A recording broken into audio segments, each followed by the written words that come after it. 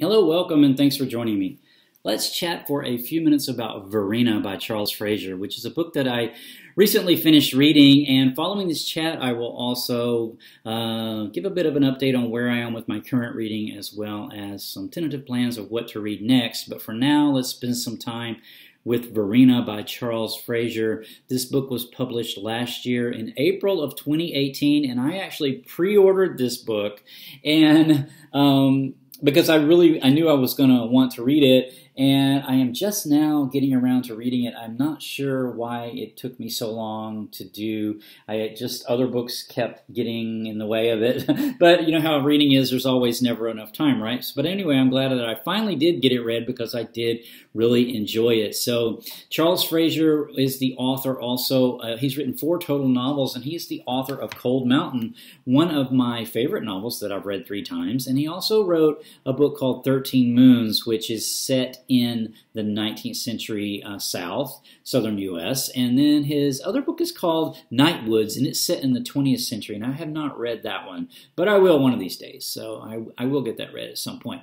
But yeah, Varina, the title character of this novel, is Varina Howell Davis, the wife of Jefferson Davis of the Confederacy. So a historical person, and most of the characters in the book, many of the characters in the book were actually historical figures. This is a historical fiction, however, as was Cold Mountain and 13 Moons.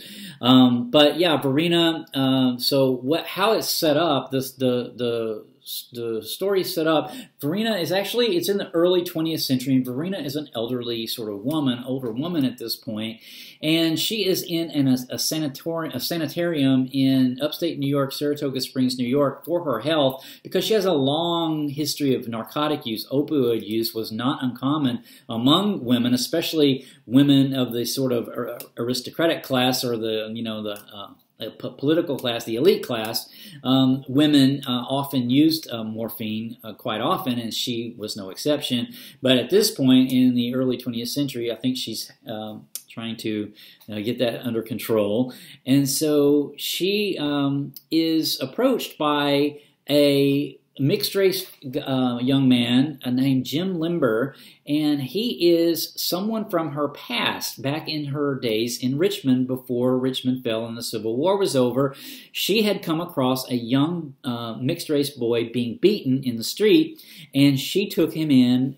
She and Jefferson Davis took him into their family, and he lived with them and among her children. He was around the same age as her son Joe.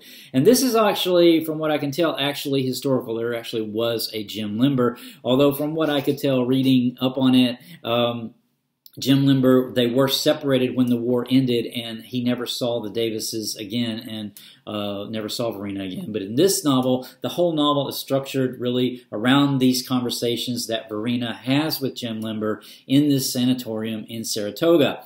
And so part of the novel, some chapters are in the early 20th century with Jim Limber, having these conversations with Jim Limber, and then other chapters are her reminiscences, where she's answering questions for Jim Limber, or telling her story of her past to Jim Limber in the past. And so it really covers several eras. The era of her young young womanhood, when she's in Mississippi and she marries off to Jefferson Davis. He's much older than her, and her family's kind of they are among the elite class, but they're kind of not that wealthy anymore because her father's a terrible businessman.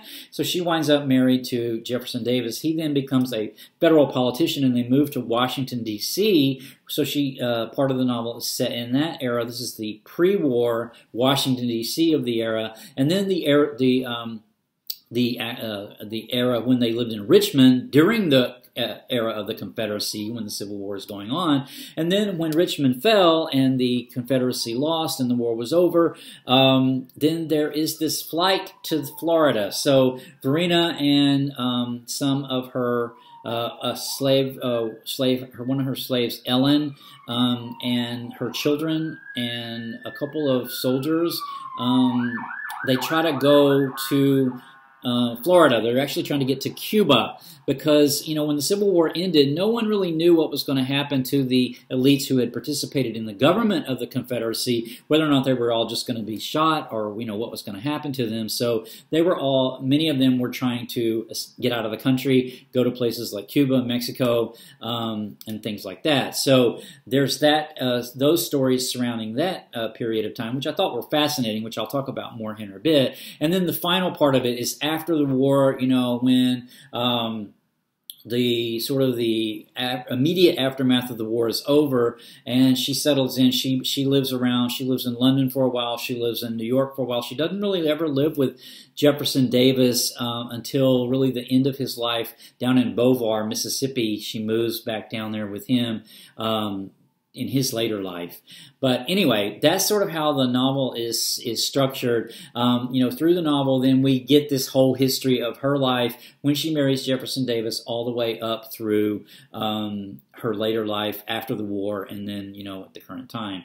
So Jim Limber is this young boy, like I said. He is really just trying to discover his past, to figure out who he is and where he comes from and what his past means. And so to me, that was kind of interesting because it really served, I think, as a metaphor for the country re-examining the Civil War now, because I thought, whenever I just was real curious how Charles Frazier was going to handle a character like Varina today, how that would be presented. Because in the past, the Southern white structure anyway, the Southern white structure has had this narrative called the lost cause narrative. And I won't go into a lot of that here because I could have a whole channel on the lost cause mythology of the South. But it was basically it's a cultural narrative that tried to make sense of the war. And it was sort of a retelling of the reasons of the war and the motivations of the war, and it sort of changes the actual history of what the war was about and how it all happened. And so, a good example of lost cause narrative is Gone with the Wind. The novel Gone with the Wind or the movie Gone with the Wind, it really showcases this lost cause narrative. And so, I think that Jim Limber in the book really represents us today, the modern people, questioning the past, questioning what happened because they didn't know.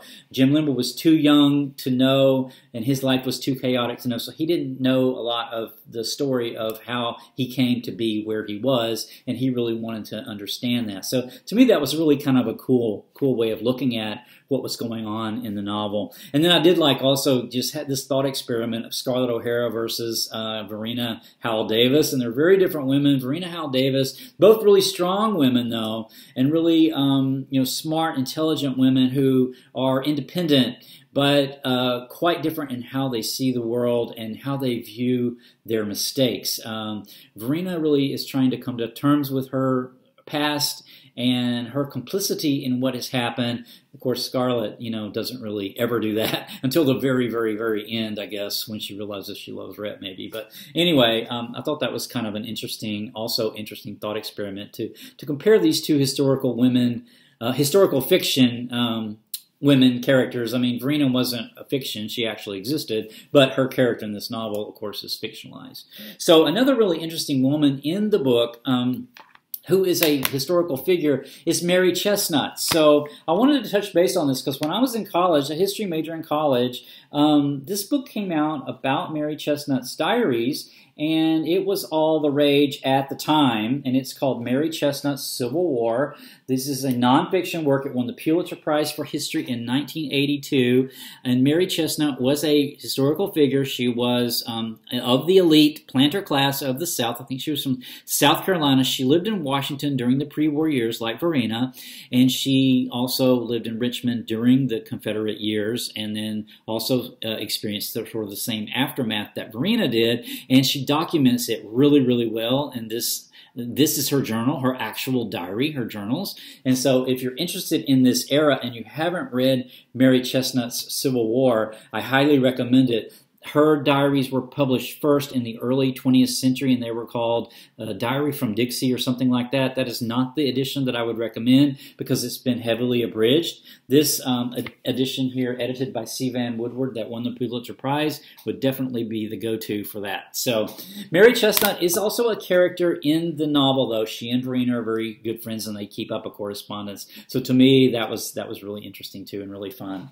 So before I run out of time, I do want to read a quote from the book because to me the book was largely about looking back in the past and how these little small decisions that we make impact us throughout time, you know, and then on us as individuals, so Varina as an individual, as well as the decisions that were made by the power structure of the South that ultimately, you know, led to the Civil War. So in this quote, she's talking to another person, and they're sort of thinking about the past, and Varina is commenting on the past, and she says, "She talked a while, developing an argument that they, she and Jeff, and the culture at large, had made bad choices one by one, spaced out over time so that they felt individual. But actually they accumulated. Choices of convenience and conviction, choices coincident with the people they lived among, following the general culture and the overriding matter of economics, money and its distribution, fair or not. Never acknowledging that the general culture is often stupid or evil and would vote out God in favor of the devil if he fed them back their hate and fear in a way that made them feel righteous. After years of loss and reflection, your old deluded decisions click together like the works of a watch packed tight within its case. Many tiny, turning, interlocking wheels, each one bristling, sharp-toothed with machine-cut gears. The force of every decision transferring gear to gear, wheel to wheel, each one motivating a larger energy going in no direction but steep downward to darkness at an increasing pitch. And then one morning, the world resembles the wake of Noah's flood, stretching unrecognizable to the horizon, and you wonder how you got there." I think that's so cool and beautiful. So this idea of, you know, the decisions you make today affects everything in the future. There's another quote. When they're on their flight to Florida, she actually remarks to one of the soldiers, you know, "Don't look at your feet, look far down the road," meaning don't just focus on the now, but try to see the big picture, try to see the horizon, you know, where you're going, try to see where you're going, try to have a goal of where you're going, not just your immediate surroundings. So I thought that was really cool and, you know, kind of sad. I really liked the book. You know, I was really interested, like I said, about the lost cause narrative. I was really suspicious reading it because I really was curious if it was going to enforce the lost cause narrative or be, you know, counter to the lost cause narrative, and it wound up being sort of ambiguous because Varina herself was ambiguous, being a product of that time. So I really just enjoyed it a lot. But what I'm reading now, before I lose time, is Creating Minds, An Anatomy of Creativity Seen Through the Lives of Freud, Einstein, Picasso, Stravinsky, Eliot, Graham, and Gandhi.